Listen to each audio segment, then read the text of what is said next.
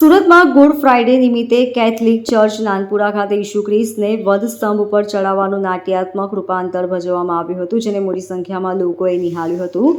સમગ્ર નાટકમાં ઈસુ ખ્રિસ્ત પર કરવામાં આવેલા અત્યાચારોનું વર્ણન નાટક સ્વરૂપે કરવામાં આવ્યું હતું, જેને નિહાળનારા લોકોની આંખોમાં આંસુ આવી ગયા હતા.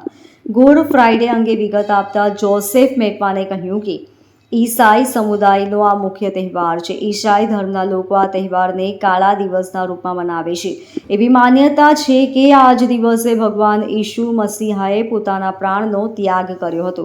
આ જ કારણે ઈસાઈ ધર્મના લોકો ગુડ ફ્રાઇડેના દિવસે ભગવાન ઈસુના બલિદાનને યાદ કરે છે.